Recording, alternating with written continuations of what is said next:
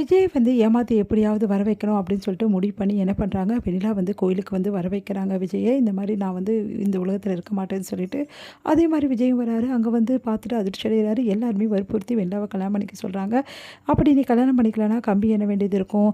இந்த மாதிரி வெண்ணிலாவோட ஃபேமிலி வந்து மேலே போனதுக்கு காரணம் நீ தான் சொல்லிட்டு உன் மேலே வந்து கம்ப்ளைண்ட் கொடுப்பேன் அப்படின்னு சொல்லிட்டு இருக்காங்க. அதை கேட்டு விஜய் அதிர்ச்சி அடைகிறாரு. இவ்வளோ மோசமாக நீங்கள் நடந்துக்கிறீங்களே, ச்சே இவ்வளோ கேவலமானவங்களா நீங்கள், வெண்ணிலா நீ இப்படிலாம் இருப்பேன் நான் நினச்சி கூட பார்க்கல அப்படின்னு சொல்லிட்டு வெள்ளாவை போட்டு விஜய் வந்து செம்மையாக வெளுத்து வாங்குறாரு. அந்த டைமில் கிட்ட மீடியா வந்து 1008 கேள்வி வந்து நம்ம விஜய் கிட்ட கேட்குறாங்க. இங்கே பாருங்கள், அப்போ நீங்கள் உங்கள் ஒய்ஃபை பிரிஞ்சுட்டு இந்த பொண்ணு தான் கல்யாணம் பண்ணிக்க போகிறீங்களா சார்? இப்படி கல்யாணம் பண்ணுறதுக்கு உங்களுக்கு வெக்கமாக இல்லையா? இந்த மாதிரி பண்ணிகிட்ருக்கீங்க அப்படின்னு சொல்லிட்டு கேட்குறாங்க. அதை கேட்டுட்டு வந்து எல்லாருமே அதிர்ச்சியாக பார்க்குறாங்க. இங்கே பாருங்கள், எங்களோட சம்மதத்தில் தான் அந்த கல்யாணம் நடக்குது. அவங்க பொண்டாட்டி இதுக்கப்புறம் கிடையாது. வெண்ணிலா தான் அவருக்கு எல்லாமே. வெண்ணிலா தான் அவங்க ஒய்ஃப் ஆக போகிறாங்க. வெண்ணிலாக்கு அவருக்கு இப்போ கல்யாணம் ஆக போகுது அப்படின்ற விஷயத்தை எல்லாம் சொல்லிட்டு இருக்காங்க. அதெல்லாம் கேட்ட மீடியா வந்து அதிர்ச்சியாக பார்த்துட்ருக்காங்க. இந்த சூழ்நிலையில் அங்கே போலீஸ் வராங்க. போலீஸ் வந்து எல்லாருமே அதிர்ச்சி அடைகிறாங்க.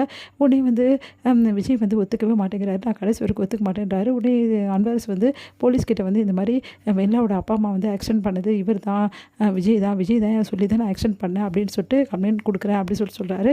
அதை கேட்ட போலீஸ், நான் அதை கம்ப்ளைண்ட் எடுக்க நாங்கள் வரல, நாங்கள் வந்து இந்த கல்யாணத்தை நிற்பாட்ட அவங்க ஒய்ஃப் வந்து கம்ப்ளைண்ட் வந்து கொடுத்துருக்காங்க அப்படின்னு அதிர்ச்சி அடைகிறாங்க எல்லாரும். நீங்கள் என்ன சொல்கிறீங்க? ஆமாங்க, காவேரி மேடம் வந்து கம்ப்ளைண்ட் கொடுத்துருக்காங்க. விஜயோட ஒய்ஃபு இந்த மாதிரி என் புருஷனுக்கு வந்து எல்லோரும் கட்டாயப்படுத்தி கல்யாணம் பண்ண பார்க்குறாங்கன்னு சொல்லிட்டு கம்ப்ளைண்ட் கொடுத்துருக்காங்க அப்படின்னு அதிர்ச்சி அடைகிறாங்க எல்லாருமே.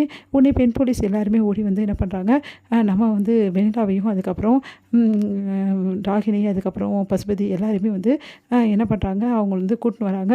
உடனே வந்து மீடியா எல்லாம் கேட்குறாங்க, என்ன சார் சொல்கிறீங்க அப்படி? ஆமாம், அப்போது அவங்க ஒய்ஃப் வந்து இவர் கூட தான் இருக்காங்களா? எப்படி கம்ப்ளைண்ட் கொடுக்க முடியும்? அப்போ அவங்க ஒதுங்கி போயிட்டாங்க, அவங்க காசை வாங்கி தான் வந்தாங்க, என்னென்னமோ சொன்னீங்க, அப்போ எல்லாம் பொய்யா?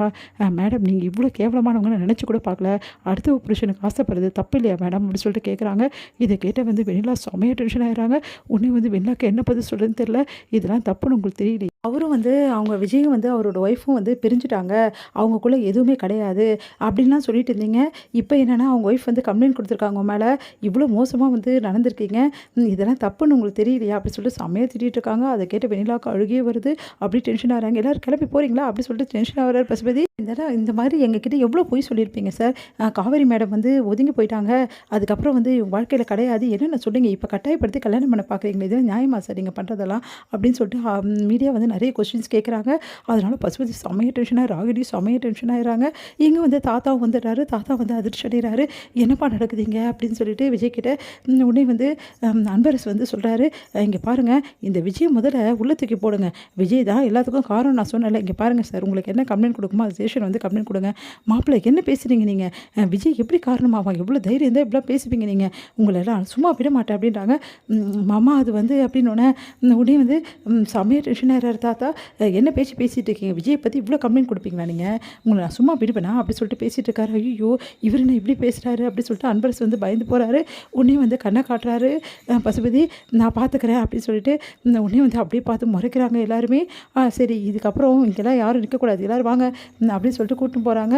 இங்கே வந்து செம்ம டென்ஷனாக இருக்காங்க விஜய் எல்லாருமே. அப்போ கரெக்டாக அங்கே வராங்க காவேரி. காவேரி பார்த்து விஜய் அதிர்ச்சி அடைகிறாரு. காவேரி நீ ஏன் காவேரி இப்படிலாம் கம்ப்ளைண்ட் கொடுத்த? எதுவாக இருந்தாலும் நான் பார்த்துக்க மாட்டேனா?